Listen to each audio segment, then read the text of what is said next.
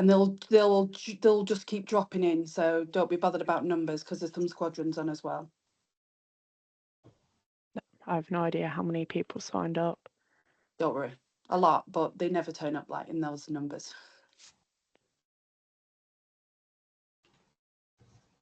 Okay, you just start whenever you want to. Okay. Well, evening everybody. I'm Pilot Officer Ellie Lilliot. I'm from Birstall Squadron up in South and East Midlands. And I'm here tonight to talk to you a bit about Rolls-Royce. So I'll talk a bit about my RAFAC and professional career, bit of background on Rolls-Royce itself, and then some details on the early careers scheme. If you do go through with an application, you'll be expected to have an awareness, or at least able to talk about some of the bits that I'm going to try and cover. So it's kind of a crash course if you do apply. Anything you can talk about in terms of the heritage, values, and the future direction of the company, the better it will look on your application. And that holds true whatever company or route you decide to go down. And there are some misconceptions about Rolls-Royce. My grandparents still don't understand that we don't make cars, but that we do submarines. Apparently, it's quite an alien concept. But we're a really big company. We've got 42,000 employees across 49 countries. We've got an order book of £68.5 billion and an operating profit of nearly 1.6 billion. So we're a really big company and across a number of industries. And even though I'm still really quite early in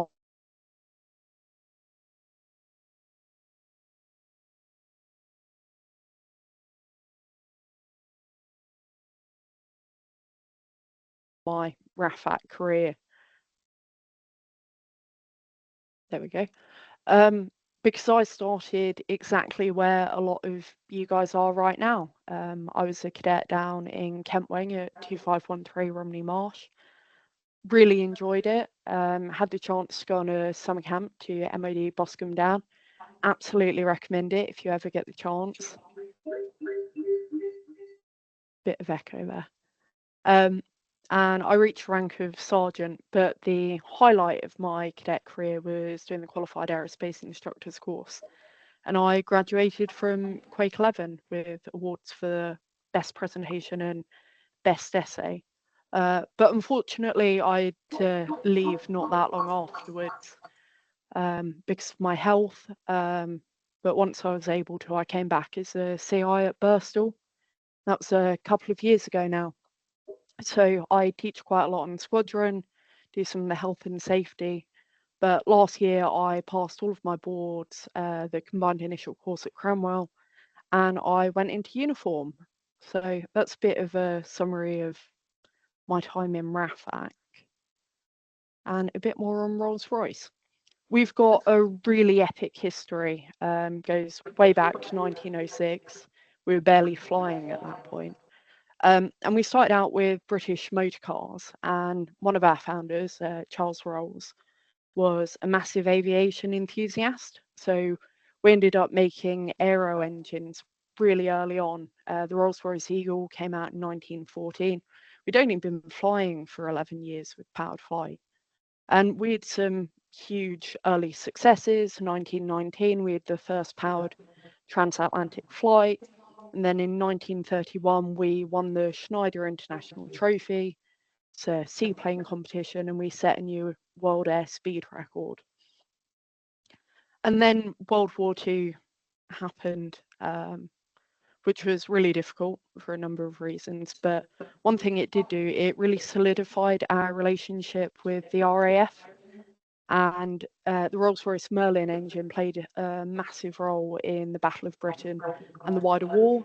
So the Merlin engine was in the Hurricane, the Mustang, the Lancaster, the Spitfire. And in the UK, we made 114,000 engines in 7 years, which I did the maths. It peaked at about 77 engines a day, which is absolutely crazy numbers. And up in Manchester, we had about 17,000 people employed just making Merlin engines. And it was a really huge contribution to the wider war effort. And I have a picture here.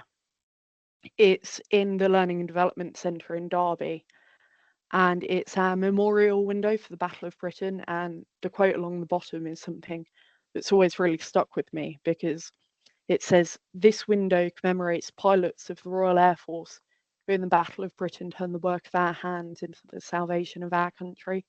It was the idea that every one of those employees doing a little bit on the engines actually contributed to the war effort and the defence. So I love it when I go into work and I see that window, because it kind of makes me understand why we do it. But after World War II, we spread out. We went into the civil aviation market. 1953, the Dart turboprop entered civil aviation. We had a merger with Bristol Siddeley in 1966. So in the UK, we have two main hubs at Rolls-Royce. One's in Derby and one's in Bristol. It's because of that merger we've got a really strong presence in Bristol. And then in 1971, we had a really tough period.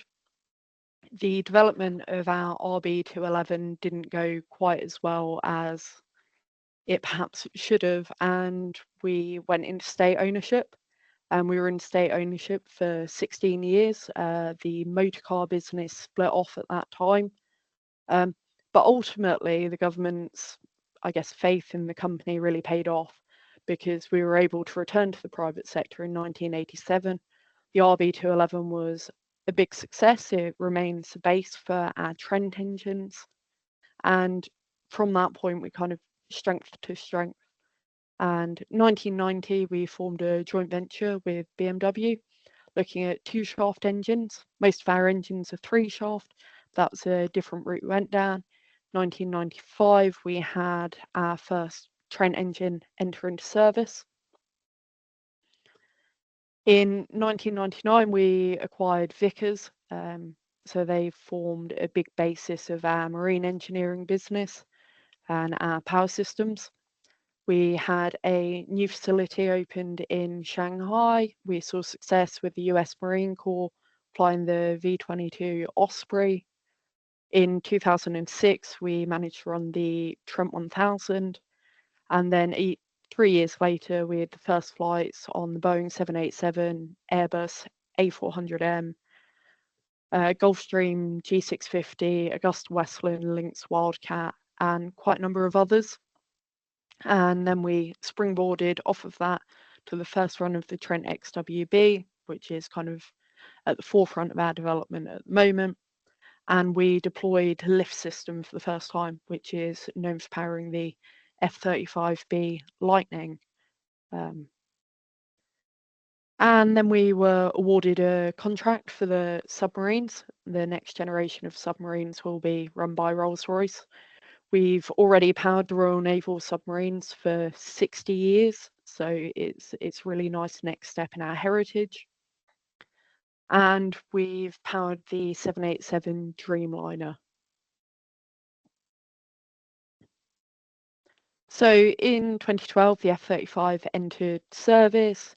In 2016, we launched our flying testbed. It's a modified 747 that we can attach development engines onto, run them and see how they're working on the aircraft. Then in 2019, we had a Trent XWB power the world's longest scheduled flight. So it went from Shanghai to Newark in 18 hours and 25 minutes. But COVID hit the business really hard, because the main bulk of our work is on civil aerospace. So when people stopped flying during the pandemic, it meant that we weren't flying. And our engines are on contracts. They're kind of like printers. You don't make a lot of money on selling the printer initially. You make the money on selling the ink and the cartridges. So we have a power by the hour contract, and it's every hour the engine's flying, we get some money for it, and that's where we make the money. So it was why COVID was really difficult for us. But we recovered because of the defence contracts and the power systems business, and we we used it to go into quite a lot of sustainability in 2021. The Spirit of Innovation was an all-electric vehicle, which you can see in the corner there, and it set a new world record. It ended up flying over 3 kilometers at an average of 345.4 miles an hour, which absolutely obliterated the last record. And we committed to net zero for 2050. And then looking forward, we're moving into future programs. So UltraFan was launched, which is all of our proven technologies. We looked at the hydrogen demonstrator and sustainable aviation fuel, also known as SAF. And we had a world first 100% SAF flight in 2023. And I've also noted on there that we've had the F-130 testing program.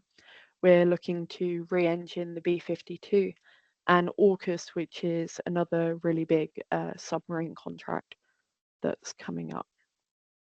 So that's where we've come from. As to what we do at the moment, civil aerospace, as I've mentioned, we have two main engine families. We have the Trent, which powers a lot of Boeing and Airbus.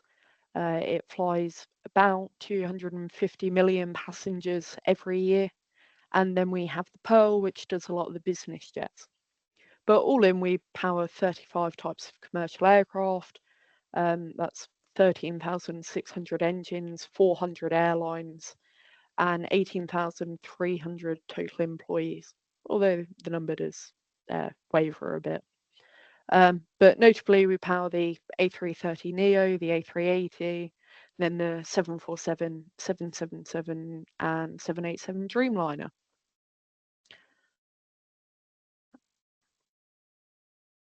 In terms of defence, we've maintained that really strong relationship with the RAF. So we continue to power the F-35 and the Typhoon and the Hawks. And the lift system, which has gone into the F-35, is the only vertical lift technology for fighter jets in production in the world, which is a really cool claim to fame.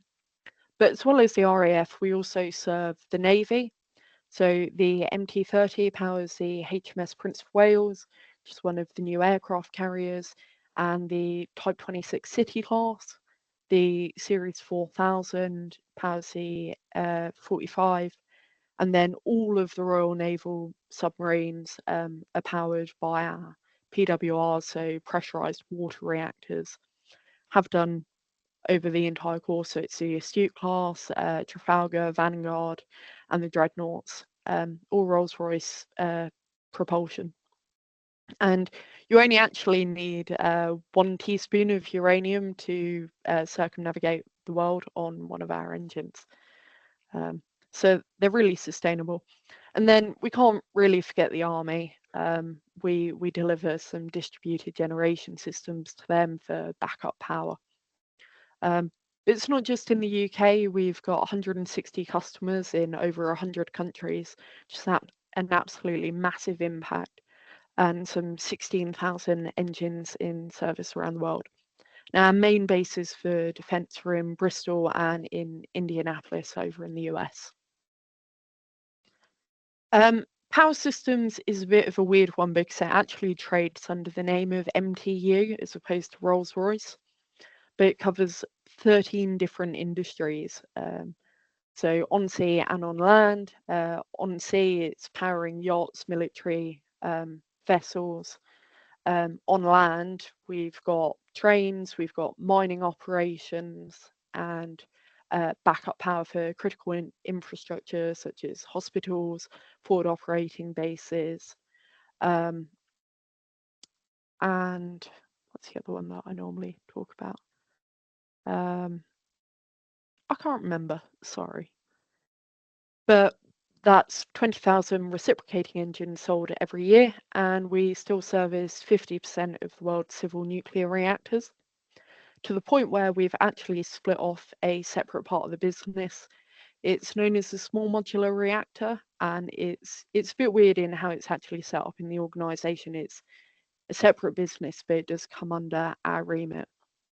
And small modular reactors are designed to provide small scale nuclear power. One of these SMRs is equal to 150 onshore wind turbines. Um, and that would be enough energy to power 1 million homes for 60 years. But the really important thing is the potential for the UK economy from it. Nowhere else is really doing it. So we're looking at potentially £54 billion to the UK economy over the next 80 years. So we're throwing lots of money into the research and development, and we're hoping to get a facility in Sheffield to manufacture some modules and start testing. We've had a contract to provide 3 megawatts of energy to the Czech Republic, and you can see our CEO and the Czech minister here signing contracts. So looking forward, I mentioned AUKUS. For those of you that aren't familiar, AUKUS is a trilateral partnership. It's a UK, Australia, and the USA. And we're really trying to consolidate and get some stability in the Indo-Pacific region. And we figured the best way to do that was utilising nuclear submarine fleet. But because of that, Rolls-Royce has been awarded the contract, so we have lots of money coming in. We're doubling the size of the facility at Rainsway, and we're going to recruit a lot more people. So a lot of the recruits are in subs at the moment, and that'll be a further over 1,000 roles up in Derby. The Ultrafan is our future technology program. Key features of this one is a low-speed composite fan system, so it's carbon composite with a titanium leading edge, a high-speed multi-stage IP turbine system, which will allow the fan to spin really slow, but the turbine to spin really fast, an advanced 3-core, which just builds on all of the technology we've got from the XWB, and then a power gearbox. It transmits enough energy on test to power the entire city of Bath, which is quite a lot of energy. And we should be able to run it off of 100% SAF from day one. So that's really adding to our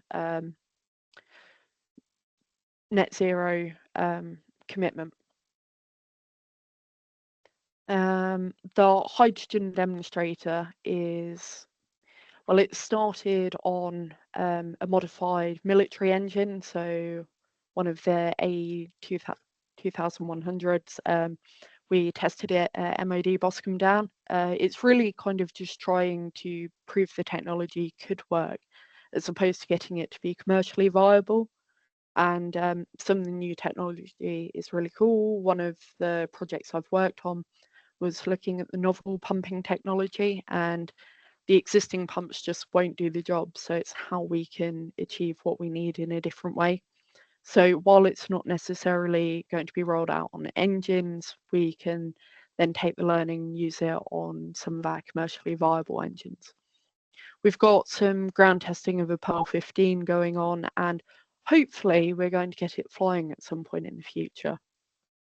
SAF has been one of the really successful projects. There's a lot of potential for wider delivery in industry once we get those carbon commitments.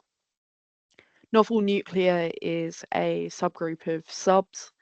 They deliver small scale power, and one of the projects at the moment is potentially delivering power in space. So if there are any lunar bases in the future, looking at whether we could use nuclear power up there. And then the SMRs have that absolutely huge contract. Sorry, gave you the wrong figure earlier. It's 3 gigawatts of electricity. And that is the start. It's only really going to improve from there. But in interviews, the interviewer is going to try and assess whether you're a good fit for the company. So wherever you apply to, it's not just about Rolls-Royce. You really need to understand what's at the heart of a business. It's not just about markets, how they operate, or what they're going to be doing. It's about what they value and what their behaviours are. So I've put a few buzzwords up on this slide, but the key behaviours are putting safety first, doing the right thing, making a difference, and keeping it simple. And I'd really recommend, if you go to interview, just try and get an anecdote for each of those of the time you've demonstrated that. And if you're struggling, go back to ACP1. We've got Royce, and it's pretty much exactly the same thing. So respect is respecting our customers and our own safety. Integrity means literally doing the right thing. Service, making a difference and contributing. And then excellence, well, the phrase down here is kind of our guiding principle. We are trusted to deliver excellence. It doesn't matter what industry it's in, where in the world you are.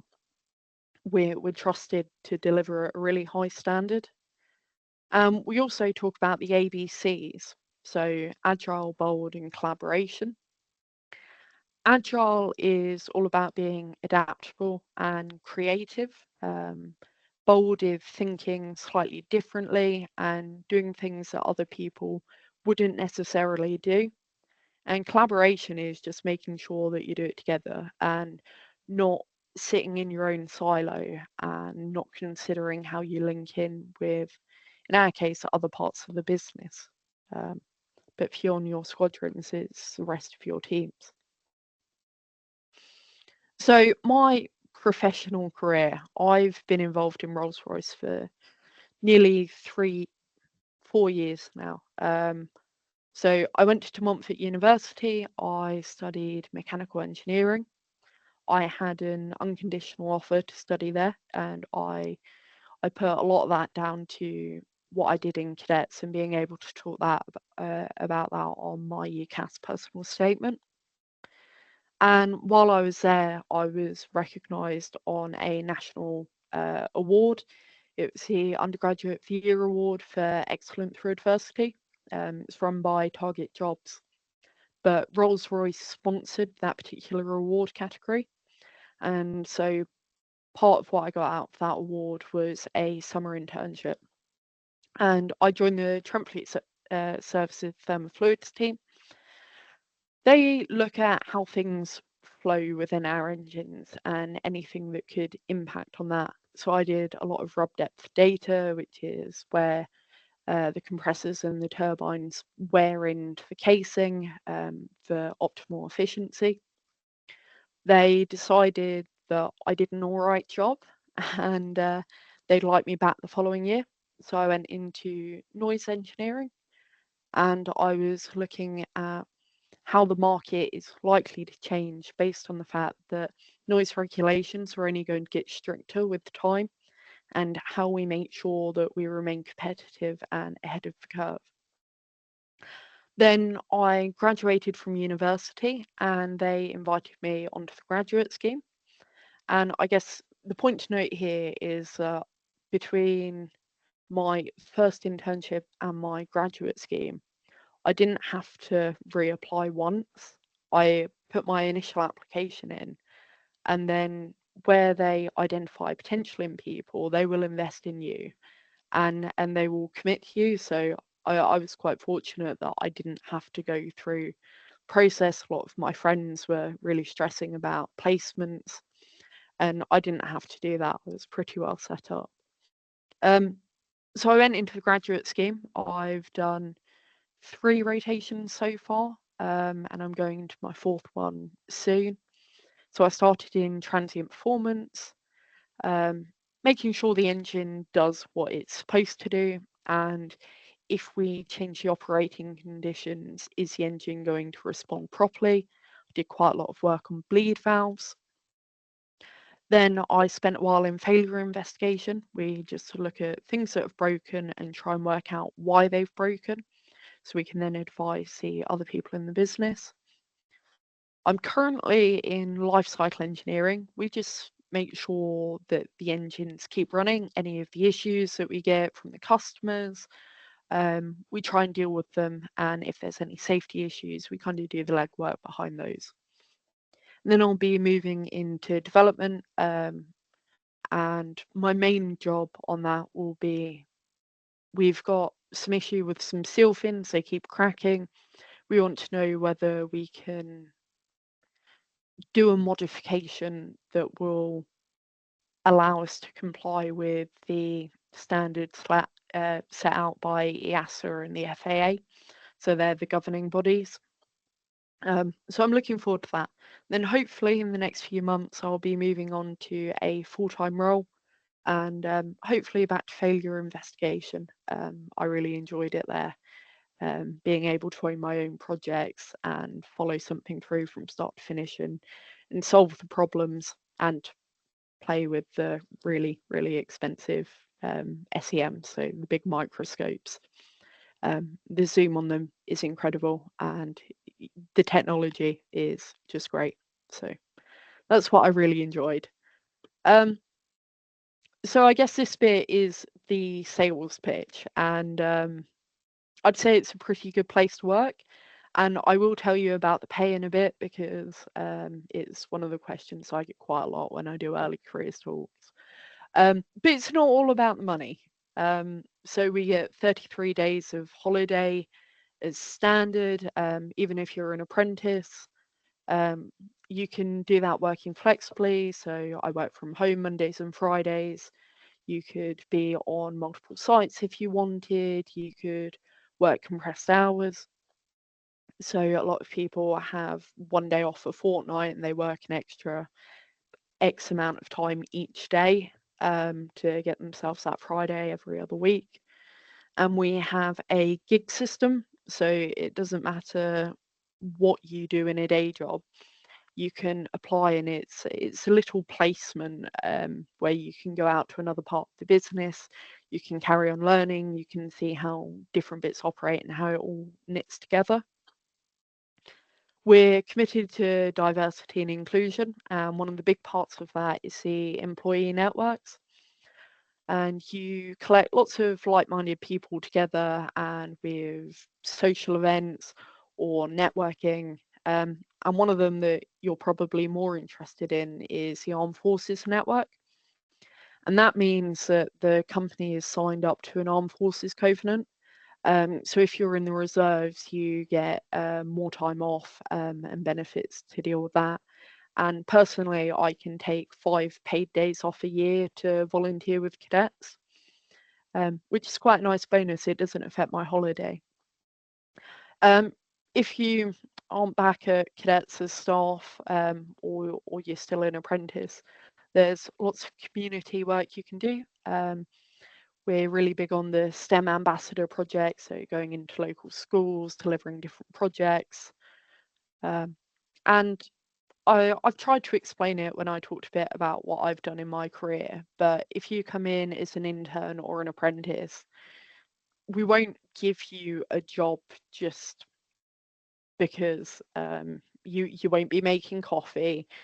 You won't be doing something that we already know the answer to. You will have a real project that we actually need solving, and it will help the business, which is something I really appreciated kind of when I was starting out and getting that first level of experience. And the continuous professional development, it doesn't stop on a graduate scheme. It doesn't stop on your apprenticeship. With chartership, so extra qualifications you can do, and we have Liatro, which is a really big digital training tool, and you can find pretty much anything on there. Um, and we're subscribed to it, so you can just keep learning if you want to, and upskill in different areas. Um, we have a lot of mentors, so for chartership, the apprentices have a designated apprentice development leader who are responsible for managing placements and making sure that they're actually doing okay as an individual. And then the graduates, we call them career coaches, but they do the same role.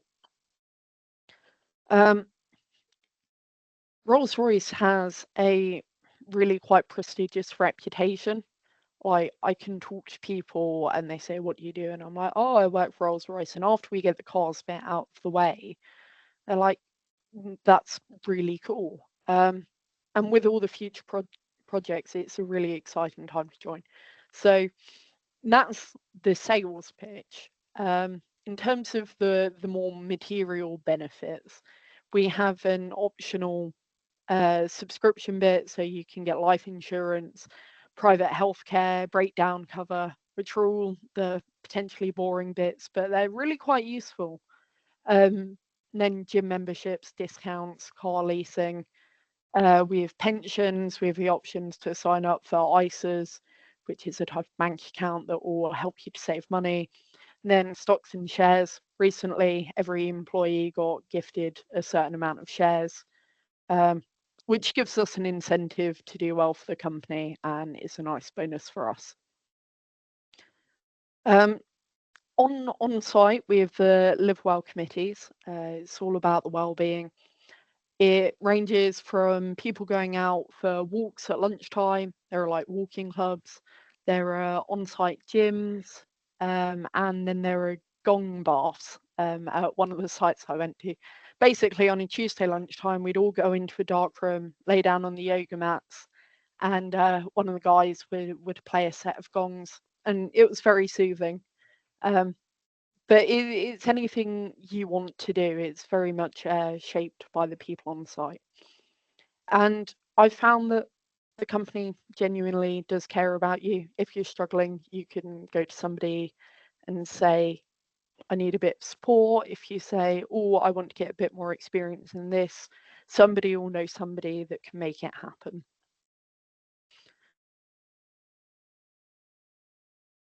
So if I've managed to convince you, there are a few different options for joining the company. Depending on what stage of your education you're at, what your predicted grades might be, and ultimately what you want out of a job. So, if you've got your GCSEs, you can either move on to further education, be that A levels, T levels, B Techs, or you could apply for a level 3 apprenticeship. Um, if you've completed further education, you can either go to university or you could apply for one of the higher apprenticeships or the degree apprenticeships. And then if you've finished university or you're still there and you want to do an internship, you could then join the graduate scheme or go direct entry. And then I've tried to summarize some of the different areas that you would potentially have roles in. So in engineering and technology, which is one of the core work streams, it's innovation, digital and data, manufacturing materials, design, actually going onto the test beds, running the engines, service support. It doesn't really do it justice just how many different roles there are across the business. And then business and enterprise, because I understand STEM might not be your thing.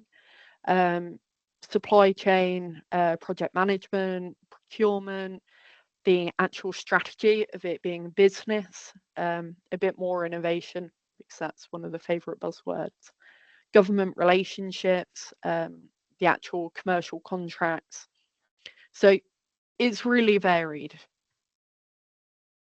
Now, the slide that a lot of people like, these are the options for your apprenticeships. And we have the 3 levels. You have the level 3 award. You would be allocated a role after your assessment centre.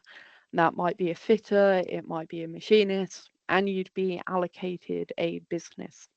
So a lot are in submarines, a lot are in civil aerospace, and then we have a few in defence. And you only need 4 GCSEs for that, and your starting pay would be about £16,666. And it goes up every year that you're on your scheme, and you'd end up on about 24,854.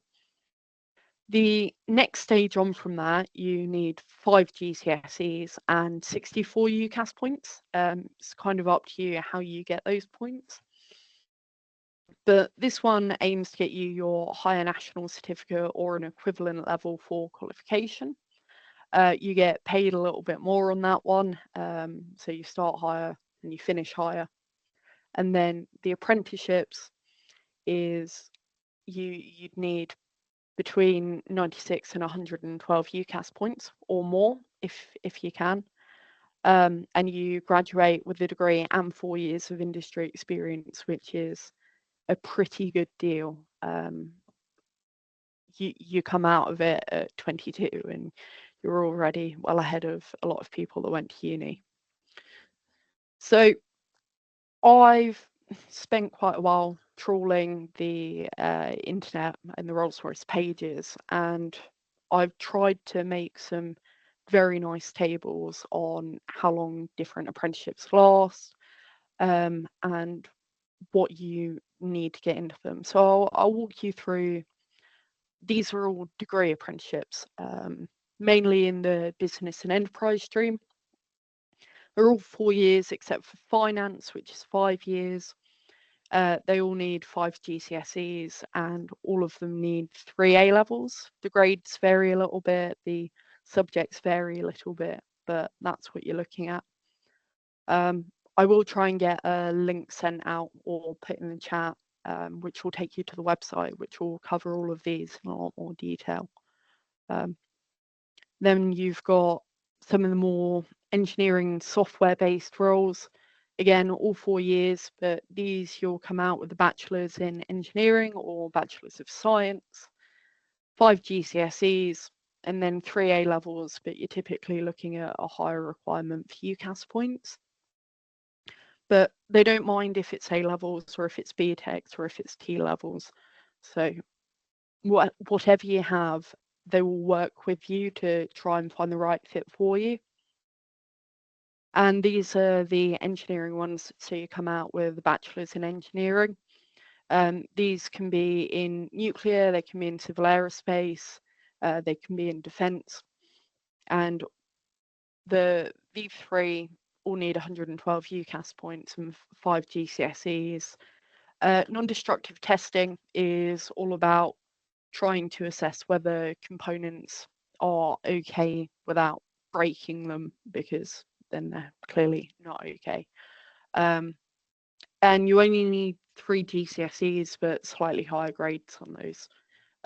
So there really is something for everybody, even if school and college isn't your thing. College is generally done either 1 day a week or they will do it in blocks so that you can go to college for a few weeks and then go back into your role. And then there's all of the on-the-job training that you do. The graduate stuff I didn't think was quite as relevant, but if you've got any CFAV or staff cadets, basically you need to be working towards a STEM degree or a joint honours STEM degree, or have one. The internships, you've got 2 options. You can either do a 10-week summer one, which is what I did, or you can do a 12-month one. And you go into one team, you spend all of your time there, you really get involved in the tasks and the team, and then you finish. The graduate scheme is a little bit different because you rotate around and you spend 4 to 6 months in each placement. And then there's some extra group projects.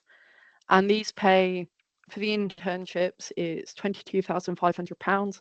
Don't get too excited. It's pro rata, which means that you're paid for X amount of weeks. And then you get a £500 relocation payment because chances are you'd be studying somewhere different to where you've got the internship. And then the graduate scheme starts at £31,000 and you get £2,000 joining bonus, which was very nice. The key dates at the moment, the apprenticeship applications are open at the moment. They do shut in February. If you want to be starting in September, those applications need to go in quite soon. Last year, one of my cadet sergeants was looking at applying, and she made a note of the date and went to apply about a week before the date was due to shut, and they'd shut the applications because they'd had such high demand. So they always put the disclaimer, the company reserves the right to shut the applications early.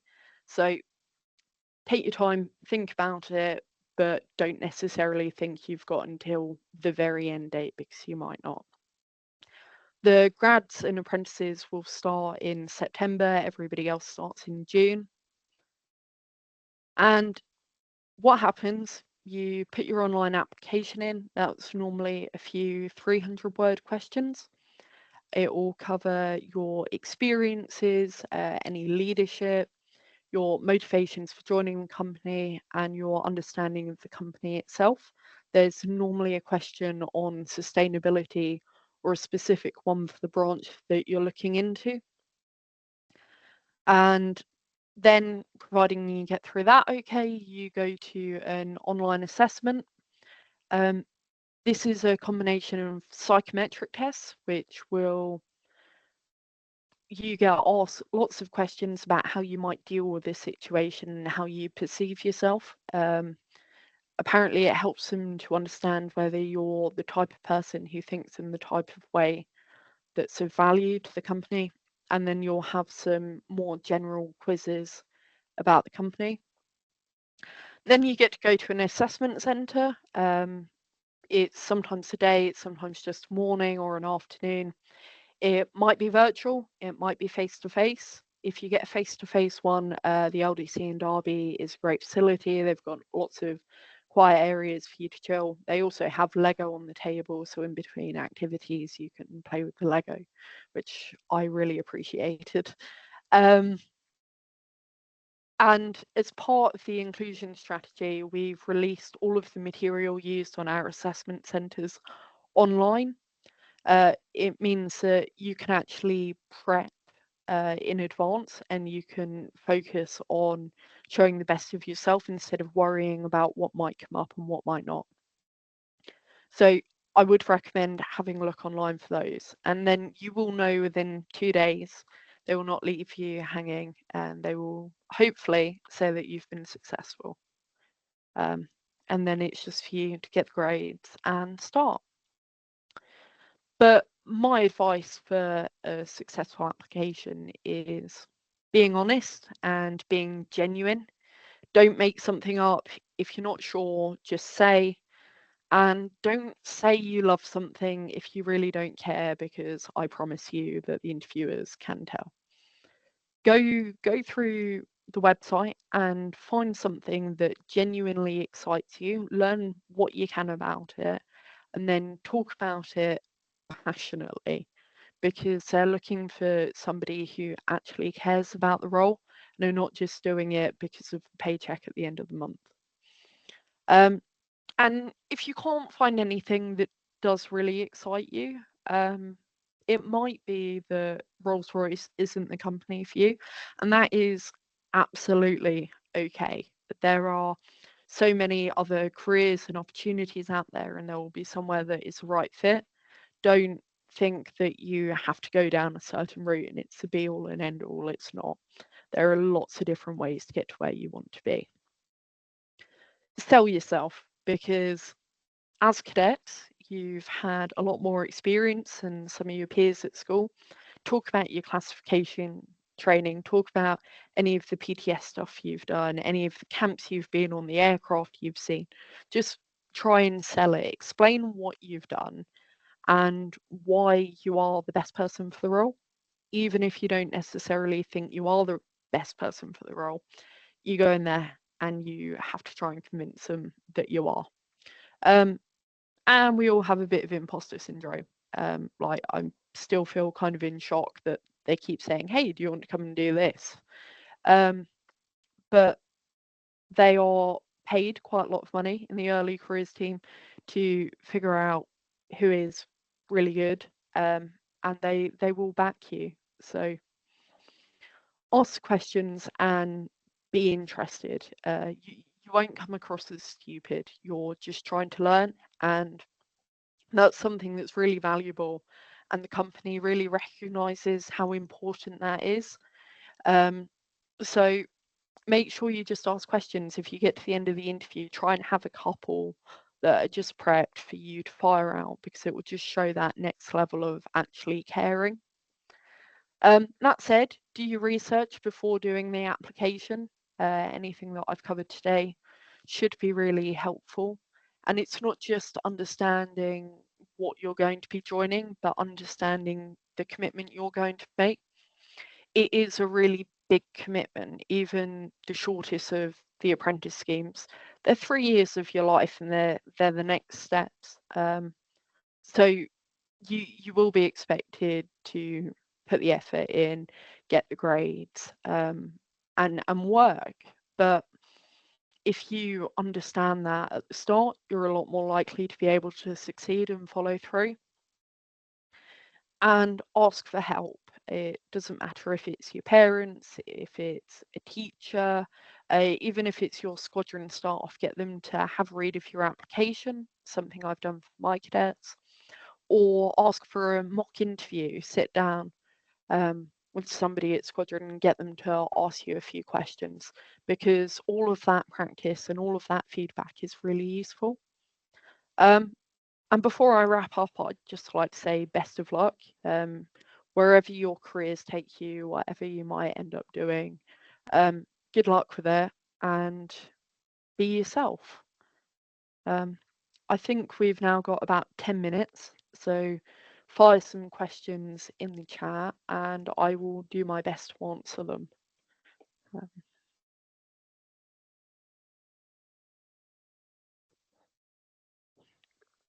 Right, there's some in the chat already. Let me have a look. So one of them is, what options do Rolls-Royce offer in terms of aerospace and aeronautical maintenance engineering? When will there potentially be any vacancies for these roles? Let me go back to the slide that had more of them on.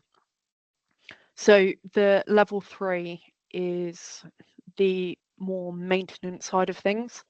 Those are open at the moment.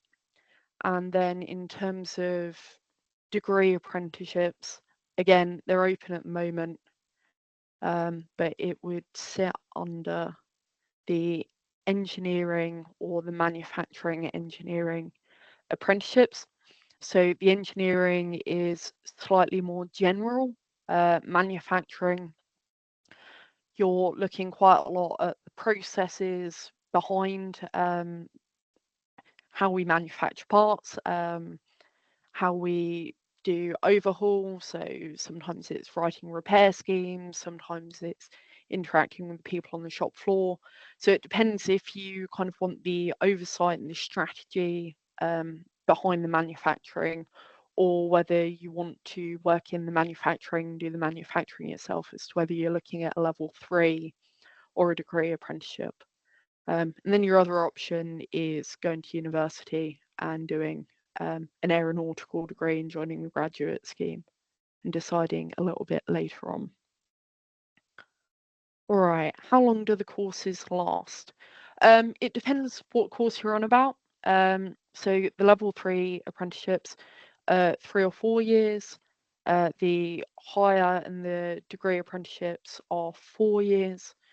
The finance apprenticeship is 5 years, the graduate scheme is 2 years, then the internships are 1 year or a summer. Would the electrical cover things like aircrafts, avionics and stuff? So my understanding is Rolls-Royce do all of the engine stuff, and then we have partners in Boeing or in Airbus, and they do most of like the aircraft avionics and the control systems. And then we have the system design integration teams, and they're the interface. So there are some bits that will obviously impact the airframe as well as the engine. And so we have specific teams that work together to link them up. So for those people lucky enough to be dealing quite a lot with Airbus, that's a fun trip over to Toulouse for the meetings. What's been the highlight of my career so far? Oh, that's a good one. I think the highlight of my career so far was when I did some work on pumping technology for the hydrogen demonstrator team. So I project managed a small team. So we took something completely from theory of the company knowing next to nothing about it, to delivering them a demonstrator and a water-based test rig. And we were then able to go around and we've delivered 2 presentations to different areas of the company to kind of teach about what we managed. And the really nice thing was we went back to the team that we did the project for, and they said, based off what you've done, we've outsourced to a different company and they're actually doing some work to develop it for us now. So that was really nice being able to see meaningful deliverables. What can you do to improve your chances of getting accepted onto a degree apprenticeship in the engineering side of things? So what they would like to see is that you care about engineering, and that you can solve problems and think creatively. So whether it's volunteering with a local group, potentially teaching a bit more on squadron, on the engineering and blue side of things, um, whether it's something as simple as being interested in the maintenance on your bike, it's having something that you've done and being able to talk about it and how you approach problems and how you think about them. Because at the end of the day, they can take somebody with the qualifications and they can teach them the maths and the physics behind it, but you can't teach somebody how to think, and that's what they're really looking for. How does Rolls-Royce support diversity, equity, and inclusion within its workforce? So one of the projects recently is the Count Me In.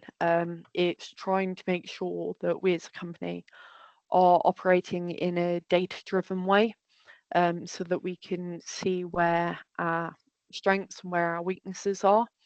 And then that's being fed back to the inclusion network. So I'm one of the inclusion champions, and we have monthly talks, and we then go back to our individual teams and we try and deliver um, about it. So one of the things I'm doing at the moment, we've got a global conference coming up specifically based on neurodiversity and disability. So yeah, we've got lots of champions, lots of groups that you can get involved with, and in my opinion, it's working, which is good. Have I got to know many people? Yes, absolutely loads. So on my internships, we had like a few social events. We'd go out for dinners, pub crawls, and then in the actual work side of things, it depends what placement you're in. So my gig in failure investigation, it was quite a lot of I did my investigation and I'd feed it back to the customer. But in life cycle engineering, it's all about talking to the different stakeholders. Um, so you get to interact with lots of different areas. So it depends. If you don't really like dealing with people, there's an option for you. If you are very much a people person, there's options for that as well. How do you feel about the social climate within the company? Is there a lot of camaraderie? It's it very much depends on what team you're in. Um, every team has its own kind of subculture within it. Um, so when you come into a team, it's a bit weird where you're trying to assess where the banter is and who gets on with who. But once you find your fit, it's absolutely great, and I've really enjoyed it. And the design and make projects that you do as a graduate, it's basically a big group project where you all come together. That's really good for building a network and building a sense of camaraderie. And would I say there are a lot of women in the field or company? Again, it depends where you're at. If you're on the shop floor, no, there aren't many women. Um, if you're more in the offices, it's a pretty even balance. Um, we're trying to improve, but it's a trend that's seen across industry. And are there any downsides working for Rolls-Royce? Yes, Yeah, I'd say that there are with any company. There are bits that you don't enjoy. Like some of my gigs, what I've learned from them is that's not where I want to end up working and spending the rest of my life. Um, it's not to say it's a bad team or a bad job. It's just not for me. Um, one of the downsides is how big it is. It means that it can sometimes be really difficult to get the information you need. Um, so I'm dealing with some people over in Asian region at the moment. So trying to interact with them, the European region, the American region, and getting everybody to work together. It can be really quite difficult. And I'd say that's probably the biggest issue I've had so far is just getting all of the information and not repeating all of the different jobs. Um, do you learn different languages? So not necessarily, but you can do. A friend of mine who was an apprentice, she's just had a placement over in Italy confirmed for a few months. So they've given her a bit of support in learning Italian. Generally, no, we don't learn different languages. Most of our most of our like main offices and bases are in English speaking countries, so the US, UK. And because we're based in the UK, a lot of the regional teams will speak English really well as well. Um, what would NDT cover? Like testing on engines, etc. Also, is this recognised in other companies for them to hire you? Right. Yes, because you would have a degree in NDT or you would have a HNC in NDT, which would be recognised anywhere. Plus, the industry experience you'd get would be transferable. And at the end of the day, you're free to go wherever you want to go and work for whoever you want to work for. Rolls-Royce would like to keep you if we've trained you, but um, yeah, you can go work elsewhere. NDT, potentially some on the engines, potentially some would be at component or module level, but you would get to work quite a lot with the hardware. So some of the ultrasonic inspections, boroscoping, some of the FPI. So when we put fluorescent paint in to try and pick up failures, um, that would all be covered. I don't know a huge amount about NDT, um, but if you look on the website, it should be able to give you a slightly more accurate view than I can. Does the company have centres abroad? Yes. So because we work in so many different countries, we have bases all over the place. Generally, when you're on an early career scheme, there is limited opportunity for you to go abroad. Um, generally, because there's not the business case to send you abroad when there are opportunities for you to develop in the UK. But one of my friends did manage to get a gig doing business and enterprise attachment over in Abu Dhabi. So never say never.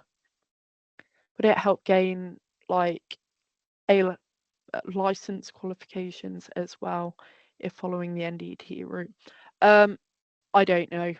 I'm sorry. I don't think I can help on that one. Um, what are the main courses you provide doing if you don't know what kind of engineering you want to do or help to decide? Do you mean internal courses or external courses?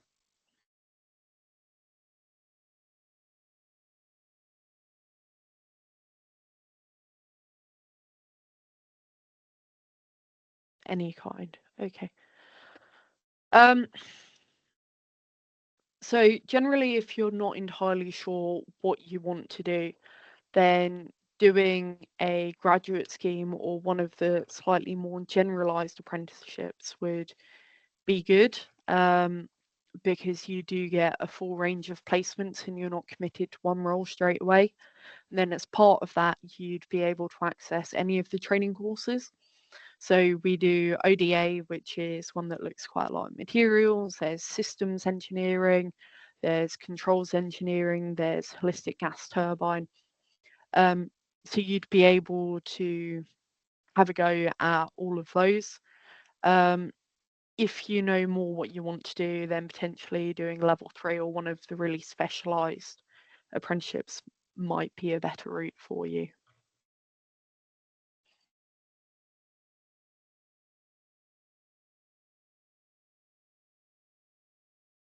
So I think we've got time for one more question.